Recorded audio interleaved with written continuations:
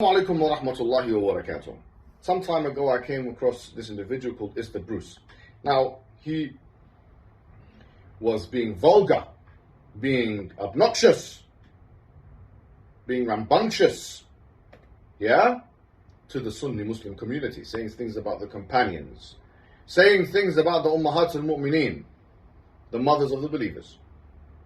So I thought this man maybe wants to put his fist where his mouth was, to see if he's actually the courageous one, since he is the one who is saying that Umar ibn al-Khattab, for example, is a coward. That this group, this Rafidi, it's called the Rafidi group, who have already debated, by the way, publicly.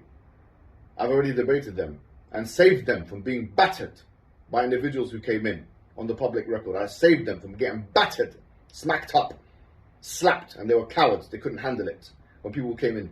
And if it wasn't for me, they would have gone banged up and smacked and spat at in the public. And they were cowards. They couldn't even fight. Those individuals there, you want to come and tell us about Umar being a coward, and you want to back a film saying that Umar ibn al-Khattab is the coward who went into Fatima's house and killed her and so on, and you're depicting both Umar as the coward there and Ali. You're depicting both as cowards. Well, Ali was just sitting there seeing his wife get smacked up and killed, and he can't handle it, just like you couldn't handle it in the debate when those guys came in and wanted to smack you up. I tell you what.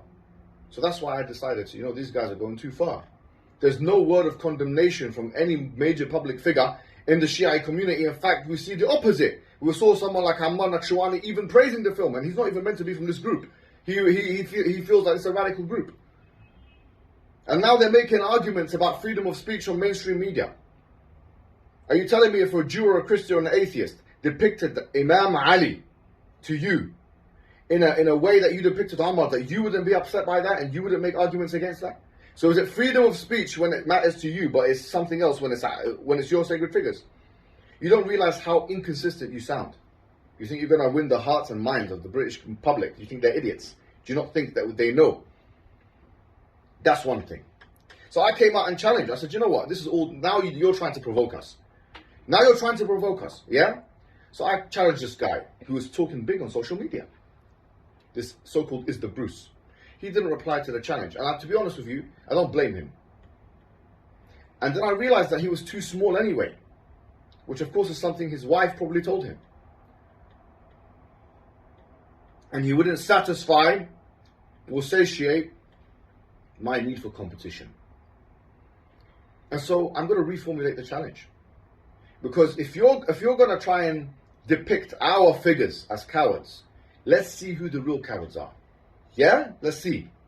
So here's what I say.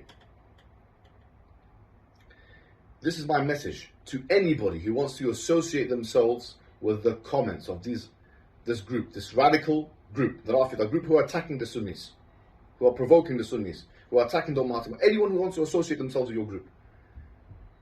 My challenge is, anybody, at any weight, at any level of strength, any promotion, whether they are a professional fighter or not, any human being from your sect, these are my conditions, from your sect, who wants to, number two, associate themselves with those comments and those stances that you made, Mr. Bruce, I'm willing to give them 5,000 sterling pounds. So I'm giving them an incentive now.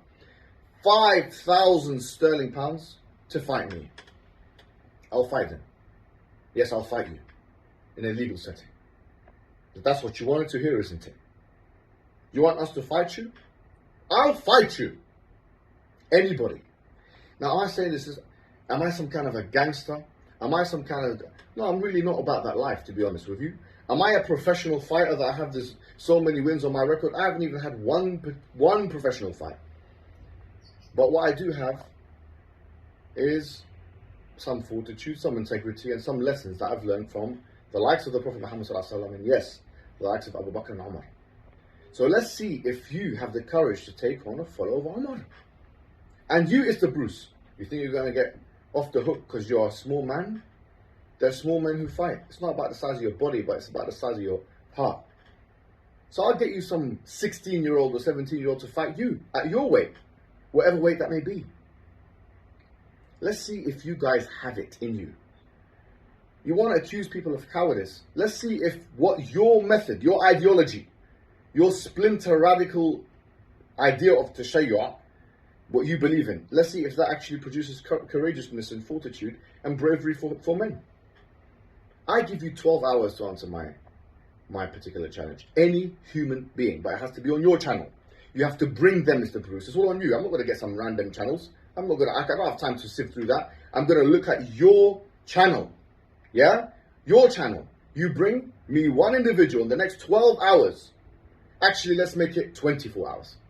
24 hours that come and accept my challenge. And I'll give them 5,000 sterling pounds. And we'll see. I don't promise victory.